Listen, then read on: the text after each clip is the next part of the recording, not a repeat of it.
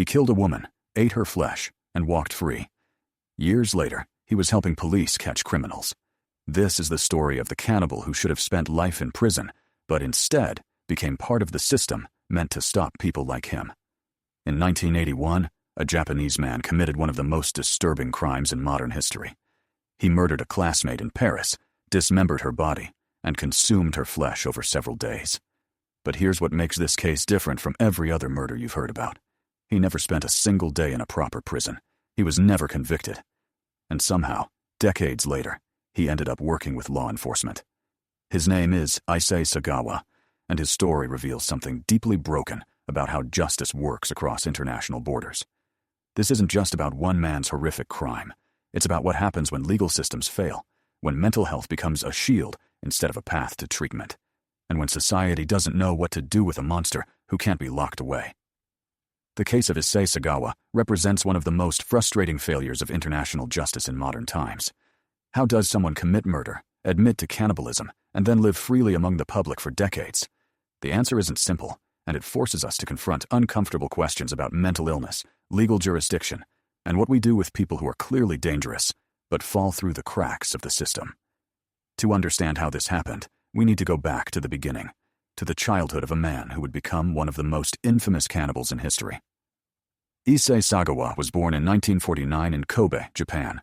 From the very beginning, his life was marked by physical frailty and social isolation. He was born prematurely, and his small stature would follow him throughout his life. As an adult, he stood barely over 5 feet tall and weighed less than 90 pounds. But it wasn't just his size that set him apart. Even as a young child, Sagawa experienced thoughts that he himself would later describe as deeply disturbing. He came from a wealthy family. His father was a successful businessman, which meant Issei had access to good education and opportunities that many others didn't. But money couldn't fix what was happening inside his mind. By his own admission, his obsession with cannibalism began when he was in elementary school. He claims he had a dream about being boiled in a pot, and when he woke up, the imagery stuck with him. But instead of being horrified, he became fascinated. He began to imagine what it would be like to eat human flesh, to consume another person entirely. As he grew older, these fantasies didn't fade. They intensified. During his university years in Japan, Sagawa attempted his first act of cannibalism. He broke into the apartment of a young woman while she was sleeping. His plan was to attack her, kill her, and eat her. But she woke up before he could do anything, and he fled. Incredibly, he was not seriously punished for this break-in. His wealthy father intervened, likely paid off the victim or her family, and the incident was swept under the rug. This was the first major warning sign, and it was ignored. After graduating from university in Japan, Sagawa moved to France in 1977 to pursue graduate studies in literature at the Sorbonne in Paris. He was studying English literature, and by all outward appearances, he seemed like a quiet, intellectual student. But inside, his fantasies were growing stronger. He later said that he felt drawn to Western women, particularly white women, because he saw them as beautiful in a way that he could never be. He felt inferior, small, unattractive, and he believed that by consuming someone he found beautiful, he could somehow absorb their qualities. This twisted logic became the foundation of his obsession. In Paris, he became fixated on a fellow student named Renée Hartevelt. She was a Dutch woman, tall, blonde, and friendly. She was everything he wasn't. She was kind to him, agreed to help him with his studies, and seemed to genuinely see him as a friend. But to Sagawa, she represented something else entirely. She was the embodiment of his fantasy.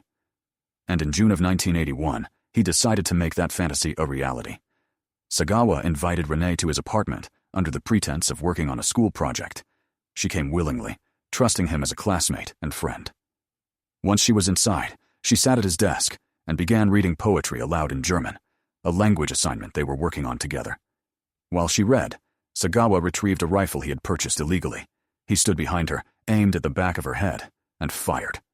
The bullet killed her almost instantly. What happened next is so disturbing that even seasoned investigators and psychologists have struggled to process it. Sagawa spent the next 2 days with her body. He undressed her, took photographs, and then began the process of dismemberment. He described the experience in graphic detail in later interviews, and even in a book he wrote. He said he tried to eat her raw at first, but found it too tough. So he cooked parts of her body, seasoning the flesh with mustard and salt. He described the taste, the texture, and the emotions he felt. He said it was the most beautiful and fulfilling experience of his life. Over the course of those 2 days, he consumed portions of her body and engaged in acts that are too disturbing to fully describe here. He took photographs throughout the process, documenting everything. He later said he didn't feel guilt. He felt satisfaction. He felt like he had finally done what he was meant to do. But then came the problem of disposing of the remains. Sagawa tried to get rid of the body parts by stuffing them into suitcases and taking them to a park on the outskirts of Paris, near the Bois de Boulogne. His plan was to dump the suitcases in a pond. But he was small and weak, and the suitcases were heavy. People noticed him struggling. A passerby saw him trying to abandon the luggage and called the police. When officers arrived and opened the suitcases, they found human remains. Sagawa was arrested immediately. He confessed almost right away. He didn't try to hide what he had done. In fact, he seemed almost proud. He told police everything in detail, walking them through the entire process. The French authorities were horrified, but also confused. This was not a typical murder case. This was something else entirely. After his arrest, Sagawa was held in a French psychiatric hospital, while authorities tried to figure out what to do with him. French psychologists evaluated him extensively. They concluded that he was legally insane at the time of the murder. Under French law, this meant he could not be held criminally responsible for his actions. Instead of going to prison, he was committed to a mental institution indefinitely. This is where things get complicated. Sagawa's father, a wealthy and well-connected man in Japan, immediately began working to bring his son back home. He hired lawyers, contacted officials, and used his influence to navigate the complex international legal landscape. Meanwhile, French authorities were facing their own challenges. The case had become a media sensation, and the details were so disturbing that many people didn't want it in the public eye anymore. There was pressure to resolve it quietly. In 1984, just 3 years after the murder, French authorities made a decision that would haunt the case forever. They agreed to deport Sagawa back to Japan. The official reason was that he would be transferred to a Japanese psychiatric hospital to continue his treatment. Documents were prepared, and Sagawa was put on a plane. But here's where the system broke down completely. When Sagawa arrived in Japan, he was briefly held in a psychiatric hospital in Tokyo. Japanese doctors reviewed his case, including the French psychiatric reports. But there was a major problem. The French documents that officially declared him insane and ordered his commitment were never properly translated or legally certified in Japan. Without those documents, Japanese authorities couldn't legally hold him.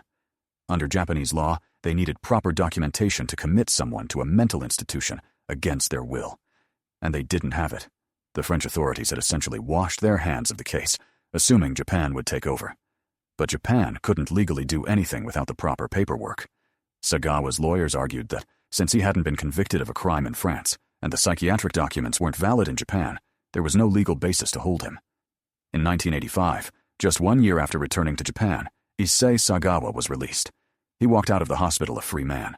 This exposed a massive loophole in international law. When crimes happen across borders, and when different countries have different legal systems and standards for mental health commitments, people can fall through the cracks. France had declared him insane and unfit for trial, but then deported him. Japan couldn't hold him without proper documentation, and because he was never actually convicted of a crime, there was no criminal sentence to enforce. He was legally free, despite everyone knowing exactly what he had done. The public reaction in both France and Japan was one of shock and outrage. Victims' rights groups were horrified. René Harteveldt's family was devastated. They had expected justice, or, at the very least, they expected Sagawa to be locked away for life in a psychiatric facility. Instead, he was living freely in Tokyo, walking the same streets as everyone else. But what made it even worse was what Sagawa did next. Instead of living quietly and staying out of the public eye, he embraced his infamy. He wrote a book about the murder called In the Fog, which became a bestseller in Japan. He gave interviews to magazines and television programs, describing in graphic detail what he had done. He appeared in a pornographic film. He became a minor celebrity, appearing on talk shows and even doing restaurant reviews. He was treated not as a dangerous criminal, but as a curiosity, a spectacle. This wasn't just a failure of the legal system. It was a failure of society to recognize the danger he still posed. Psychologists who evaluated him after his release noted that he showed no remorse. He still fantasized about cannibalism. He openly admitted in interviews that if he thought he could get away with it, he would do it again. And yet, there he was, free to live his life, profiting from his crime, and becoming a cultural oddity in Japan. The case raised serious questions about how we handle mentally ill offenders, especially when they cross international borders. Should someone be released just because of a paperwork error? Should wealth and influence allow someone to escape justice? And what do we do with someone who is clearly dangerous but has never been convicted? For years, Sagawa lived openly in Japan. He gave interviews where he discussed his crime with disturbing casualness. He talked about his fantasies, his lack of remorse, and his continued desire to commit cannibalism. In one interview, he said that he dreamed about it regularly. In another, he admitted that he still felt the urge. Psychologists who studied his case noted that he exhibited signs of severe paraphilia, a condition where someone experiences intense sexual arousal from atypical sources. In his case, it was the act of consuming human flesh. But despite all of this, he remained free.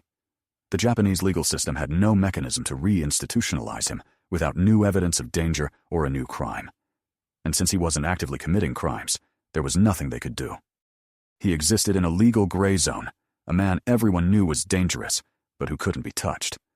Over time, the public fascination with Sagawa began to fade. The media stopped calling. The interviews became less frequent. He continued to live off the royalties from his book and occasional freelance writing work. But he was also increasingly isolated. His health began to decline. He suffered a stroke in 2013 that left him partially paralyzed and dependent on care. His brother took him in, and Sagawa spent his final years in relative obscurity. But then, something strange happened. In the late 1990s and early 2000s, reports began to surface that Sagawa had occasionally worked as an informant for Japanese police. The details were murky and never fully confirmed by official sources, but multiple journalists and investigators claimed that Sagawa had provided information about other criminals, particularly in cases involving foreign nationals or international crimes. The reasoning was pragmatic, if disturbing. Sagawa had become somewhat of an expert on the psychology of violent offenders. He understood how their minds worked, because his mind worked the same way. He could offer insights that others couldn't. This created a paradox that many people found deeply unsettling. Here was a man who had committed one of the most horrific murders imaginable, who had never been properly punished, and who was now being used by the very system that had failed to lock him away. It raised ethical questions that still don't have clear answers. Should someone like Sagawa be used as a resource, even if the information he provides helps catch other dangerous people? Does his unique perspective justify giving him any role, however small, in law enforcement? Or does using him in this way normalize his crime and send a message that justice doesn't really matter if you can be useful? Some argued that it was a practical decision.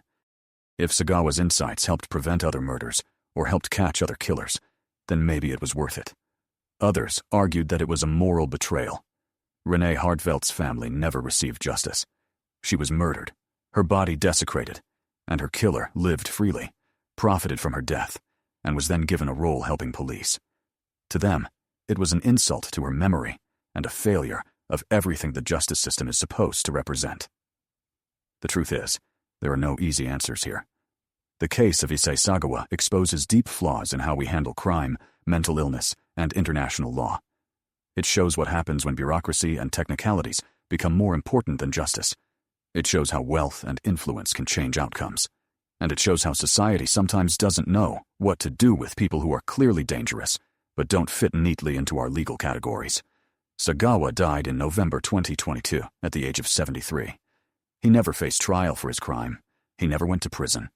He lived more than 40 years as a free man after committing one of the most disturbing murders in modern history.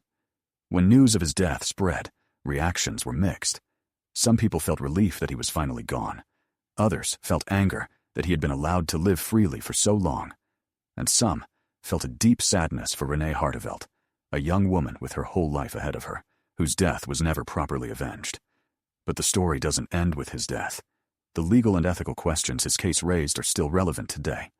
We live in an increasingly globalized world, where crimes often cross borders.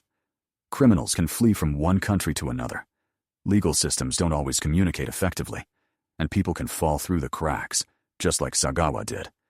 His case also forces us to think about mental illness and criminal responsibility. Should someone who is legally insane be held in a psychiatric facility for life, even if they're never convicted of a crime? What happens when treatment fails or when someone remains dangerous despite treatment. How do we balance the rights of the mentally ill with the safety of the public? And then there's the question of how we treat crime in the media and in popular culture. Sagawa became famous because of his crime. He profited from it. He was treated as a celebrity, a curiosity, something to be gawked at. This isn't unique to his case. We see it all the time with serial killers and violent offenders who become the subjects of books, movies, and documentaries. There's a fascination with the extreme, the taboo, the horrifying. But at what point does that fascination cross a line? At what point do we stop holding people accountable because we're too busy being entertained by them? The case of Issei Sagawa is a reminder that justice isn't always served.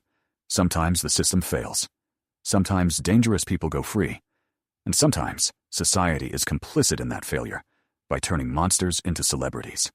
To truly understand Sagawa's case, we need to look deeper into the psychology of cannibalism itself. It's one of the most extreme taboos in human society, something that violates our most basic moral codes. But it does happen, and when it does, it tells us something important about the human mind and what can go wrong. Cannibalism can be divided into several categories. There's survival cannibalism, where people in desperate situations resort to eating human flesh to stay alive.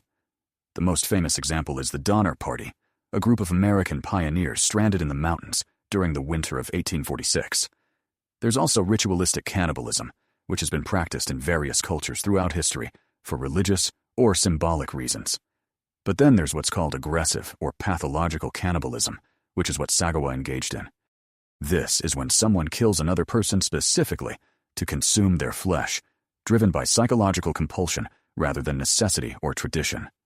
Pathological cannibalism is extremely rare, but it's not unheard of. Jeffrey Dahmer is probably the most well-known modern example. He killed 17 young men and boys between 1978 and 1991, and he admitted to eating parts of several of his victims. He said he did it because he wanted to keep them with him, to make them a permanent part of himself. This is a common theme among cannibal killers. It's not usually about hunger. It's about power, possession, and a deeply disturbed sense of intimacy. For Sagawa, the motivation was slightly different, but equally disturbing. He saw cannibalism as a way to absorb the qualities he admired in others. He felt weak, small, and unattractive. He believed that by consuming someone beautiful and strong, he could take those qualities into himself. It's a form of magical thinking, a belief that eating someone gives you their essence. This kind of thinking is often seen in people with severe personality disorders or psychotic conditions. Psychologists who studied Sagawa noted several key traits. He showed signs of extreme narcissism, a lack of empathy, and an inability to see other people as fully human. To him, Renée Hartevelt wasn't a person with her own thoughts, feelings, and life. She was an object, something to be consumed. This dehumanization is a common feature in violent offenders, but in cases of cannibalism, it reaches an extreme level. Another important factor is the role of fantasy. Sagawa didn't just suddenly decide to kill and eat someone.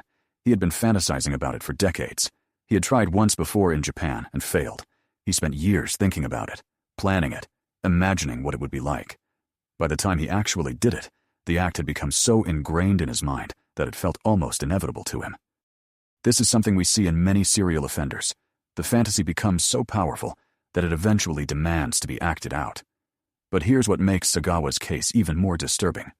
After he committed the crime, after he was caught and institutionalized and then released, he continued to fantasize about it.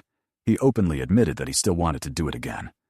Most violent offenders, when caught and forced to confront what they've done, will express some level of remorse, or at least claim to. They'll say they regret it, that they've changed, that they understand how wrong it was. Sagawa never did that. He said the experience was beautiful. He said it was the happiest moment of his life. He said if he could go back, he would do it all over again. This lack of remorse is one of the clearest indicators of psychopathy. It shows a complete absence of normal moral emotions. For most people, the idea of killing and eating another human being is so horrifying that we can't even imagine doing it. The guilt and shame would be overwhelming. But for Sagawa, there was no guilt. There was only satisfaction. And that's what made him so dangerous, even decades after the crime. He wasn't reformed. He wasn't cured. He was simply old and physically unable to act on his urges anymore. One of the most troubling aspects of Sagawa's story is how the media handled him after his release. Instead of being shunned or ignored, he was given a platform. He was interviewed repeatedly, He was treated as a subject of fascination rather than horror, and he clearly enjoyed the attention. This raises important questions about media ethics and responsibility. When we give violent offenders a platform, what message does that send? Are we educating the public, or are we glorifying violence? Are we helping people understand the psychology of crime, or are we turning criminals into celebrities? In Japan, Sagawa became something of a cultural phenomenon. His book sold well. He appeared on television shows. He was invited to speak at events. Some of this was driven by genuine curiosity about the psychology of his crime, but a lot of it was pure sensationalism. People wanted to hear the gruesome details. They wanted to see the man who had done something so unthinkable. And the media was happy to provide that access because it sold papers and got ratings. But this had real consequences. For Renee Harteveldt's family, every interview Sagawa gave was a reminder of their loss and the injustice they had suffered. Every time he appeared on television, it was like watching their daughter's killer being rewarded for what he had done. They spoke out against it, but their voices were largely ignored. The media was more interested in the spectacle than in the victims. This pattern is not unique to Sagawa's case. We see it all the time in true crime media. There's an entire industry built around serial killers and violent offenders. Books, documentaries, podcasts, movies. Some of this content is thoughtful and responsible, focusing on the victims and the impact of crime. But a lot of it focuses on the killers themselves, turning them into anti-heroes or objects of morbid fascination. The problem is that this kind of attention can be exactly what certain offenders want. Many serial killers and violent criminals crave recognition. They want to be seen as special, as different, as infamous. When the media gives them that attention, it feeds into their narcissism and validates their twisted sense of self-importance. It can even inspire copycat crimes, as other disturbed individuals see the attention these killers receive and want the same for themselves. In Sagawa's case, the media attention also had another effect. It normalized him. By treating him as a celebrity, by inviting him onto talk shows, and letting him write restaurant reviews, Japanese society was essentially saying that what he had done was shocking, but not disqualifying. He was still allowed to participate in society, to have a voice, to be seen as a person rather than a monster. For some people, this was a sign of progressive thinking, a rejection of the idea that one crime should define a person forever. For others, it was a betrayal of justice, and a slap in the face to the victim and her family. The reality is probably somewhere in between.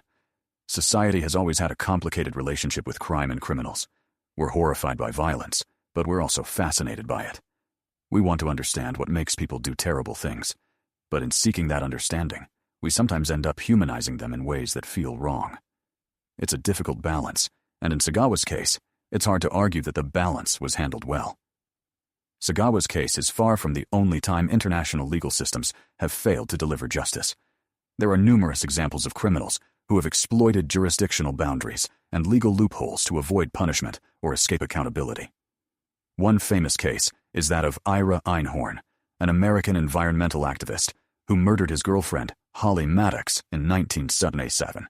He stuffed her body in a trunk and kept it in his apartment for over a year. When police discovered the remains in 1979, Einhorn fled to Europe before he could be tried. He lived freely in France and Sweden for years, fighting extradition. It took more than 20 years before he was finally brought back to the United States to face trial. He was eventually convicted in 2002, but by then, decades had passed, and Holly Maddox's family had been denied justice for most of their lives. Another case is that of Roman Polanski, the film director who pleaded guilty to unlawful sexual intercourse with a 13-year-old girl in 1977. Before sentencing, he fled the United States and went to France, which has no extradition treaty with the U.S. for its own citizens. He has lived freely in Europe ever since, continuing to make films and even winning an Academy Award. Despite multiple attempts to extradite him, he has never returned to face sentencing. These cases, like Sagawa's, highlight the challenges of enforcing justice across borders. Different countries have different laws, different standards for evidence, and different attitudes toward punishment. When someone commits a crime in one country and flees to another, it can be incredibly difficult to bring them to justice. Extradition treaties exist, but they're complicated and often subject to political considerations. And even when someone is extradited, there's no guarantee that they'll receive the same punishment they would have received in the country where the crime occurred. In Sagawa's case, the problem was even more complex because he was never convicted of a crime. He was declared insane, which meant he was technically not criminally responsible under French law. When he was deported to Japan, there was no conviction to enforce. And because the psychiatric documentation wasn't properly transferred, Japan had no legal basis to hold him. It was a perfect storm of bureaucratic failure, and Sagawa slipped through the cracks. These failures have real consequences. They undermine public trust in the justice system. They leave victims and their families feeling abandoned. And they send a message that if you're wealthy enough, connected enough, or lucky enough, you can get away with almost anything. But these cases also highlight the need for better international cooperation on criminal justice. As the world becomes more connected and people move more freely across borders, we need stronger systems for sharing information, coordinating investigations, and enforcing judgments. We need clearer protocols for handling cases where mental illness is a factor, and we need to close the loopholes that allow people like Sagawa to escape accountability. In 2013, Sagawa suffered a stroke that left him partially paralyzed and unable to care for himself. His younger brother took him in, and Sagawa spent the last years of his life in a state of physical decline. He gave fewer interviews. He was no longer the subject of media fascination. He became, in many ways, forgotten. But even in these final years, the questions around his case remained unresolved. Was he still dangerous? After decades of freedom, had he changed at all?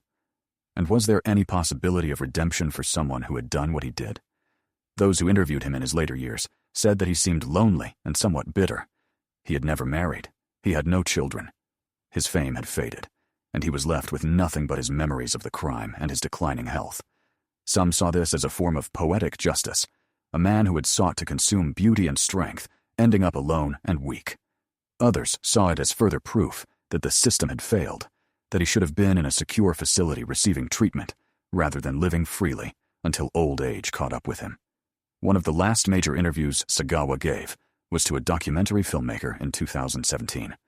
In that interview, he was asked directly if he felt any remorse for what he had done to Renee Hartevelt. His answer was chilling. He said he felt sorry that her family had suffered, but he didn't regret the act itself. He said it was something he had needed to do, something that had been inevitable. He said he still dreamed about it, and that if he were younger and stronger, he might do it again. This admission, made more than 35 years after the murder, confirmed what many had suspected all along. Sagawa was never reformed. He was never cured. He simply aged out of being a physical threat. His release from the psychiatric hospital in 1985 was not based on any determination that he was safe or that he had been successfully treated. It was based purely on a legal technicality. And because of that, a dangerous man lived freely for decades. The question of redemption is one that society struggles with when it comes to violent crime. Can someone who has committed an act as horrific as Sagawa's ever be redeemed? Is redemption even the right framework to use? Some argue that redemption requires genuine remorse, a recognition of wrongdoing, and a commitment to change. By that standard, Sagawa never came close. He never expressed real remorse. He never acknowledged that what he did was fundamentally wrong. He only regretted that it brought him suffering in the form of legal consequences and social stigma. Others argued that redemption is possible for anyone, that no one is beyond hope. But even those who hold this view would likely struggle with Sagawa's case. How do you redeem someone who doesn't want to be redeemed? How do you rehabilitate someone who sees nothing wrong with what they did? The truth is, some people cannot be fixed.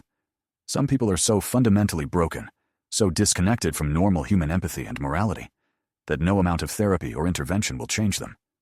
This is a hard truth to accept, because it challenges our belief in human potential and the possibility of change. But it's a truth that the criminal justice system has to grapple with every day. When Sagawa died in 2022, there were no public memorials, no outpouring of grief. His death was noted in the media, mostly as a footnote to his infamous crime. Renee Hartevelt's family released a brief statement, saying they felt relief that he was finally gone, but also deep sadness that justice had never been served. They said her memory had been tarnished by the fact that her killer had lived freely and profited from her death. They said the system had failed her, and that failure would never be undone. The story of Issei Sagawa is not just the story of one man's horrific crime. It's a story about systemic failure, about what happens when legal systems don't work together, when bureaucracy becomes more important than justice, and when society doesn't know how to handle people who are clearly dangerous but fall outside traditional categories. Sagawa murdered Renee Hartevelt in 1981. He consumed her flesh. He documented the entire process. He confessed to everything. And yet, he never went to prison. He never stood trial. He lived freely for more than 40 years, became a minor celebrity, and even allegedly helped police with investigations into other crimes. This is not the way justice is supposed to work. His case exposed major flaws in how international law handles criminal cases. When someone commits a crime in one country and is then deported to another, who is responsible for making sure they face consequences? What happens when the necessary documentation isn't properly transferred? What happens when one country declares someone insane and the other country can't legally hold them? These are not theoretical questions. They have real-world consequences, and Sagawa's case is proof of that. His case also raises difficult questions about mental illness and criminal responsibility. Should someone who is declared legally insane ever be released if they remain dangerous? How do we balance the rights of the mentally ill with the safety of the public? And what do we do when treatment fails or when someone doesn't want to be treated? Beyond the legal issues, Sagawa's case forces us to confront uncomfortable truths about media, celebrity, and how society handles crime. He became famous because of what he did. He profited from it. He was given a platform to talk about his crime in graphic detail over and over again. And while some of this was motivated by genuine curiosity about criminal psychology, much of it was pure sensationalism. The media treated him as a curiosity, a spectacle, and in doing so, they gave him exactly what he wanted: attention, recognition, and a sense of importance. For Renee Harteveldt's family, this was a betrayal. Their daughter was murdered, and her killer became famous. They never received justice. They had to watch as Sagawa gave interviews, wrote books, and lived the kind of free life that their daughter would never have. The pain of that injustice never faded, and it was compounded every time Sagawa appeared in the media, every time his crime was discussed as if it were entertainment rather than tragedy. The fact that Sagawa allegedly worked as a police informant in his later years adds another layer of complexity to this already disturbing story. If it's true that he helped law enforcement catch other criminals, does that change anything? Does it make his freedom more justifiable? Most would say no. Helping catch other criminals doesn't undo the murder of Renee Harteveldt. It doesn't make him less dangerous. And it doesn't excuse the failure of the legal system to hold him accountable. If anything, it highlights the moral compromises that sometimes happen when systems fail. When someone who should be locked away is instead free, society has to figure out what to do with them. And sometimes, that means making uncomfortable decisions about how to manage the risk they pose. The legacy of Issei Sagawa is one of failure and frustration. It's a reminder that justice is not always served, that dangerous people sometimes go free, and that the systems we rely on to keep us safe are not infallible. It's also a reminder that we need to do better. We need stronger international cooperation on criminal justice. We need clearer protocols for handling cases involving mental illness. We need to close the loopholes that allow people to slip through the cracks. And we need to think carefully about how we treat crime in the media and in popular culture, making sure that we're not turning monsters into celebrities and victims into footnotes. Renee Harteveldt was 25 years old when she died. She was a student, a daughter, a friend. She had dreams and plans and a future that was stolen from her. Her death should have resulted in justice. Instead, it resulted in one of the most frustrating failures of the legal system in modern history. Her story, and the story of what happened after her death, should serve as a wake-up call. We can do better. We must do better. Because every victim deserves justice, and every dangerous offender should be held accountable, no matter where they are or how the bureaucracy falls apart. If this story made you think, hit subscribe so you don't miss the next one.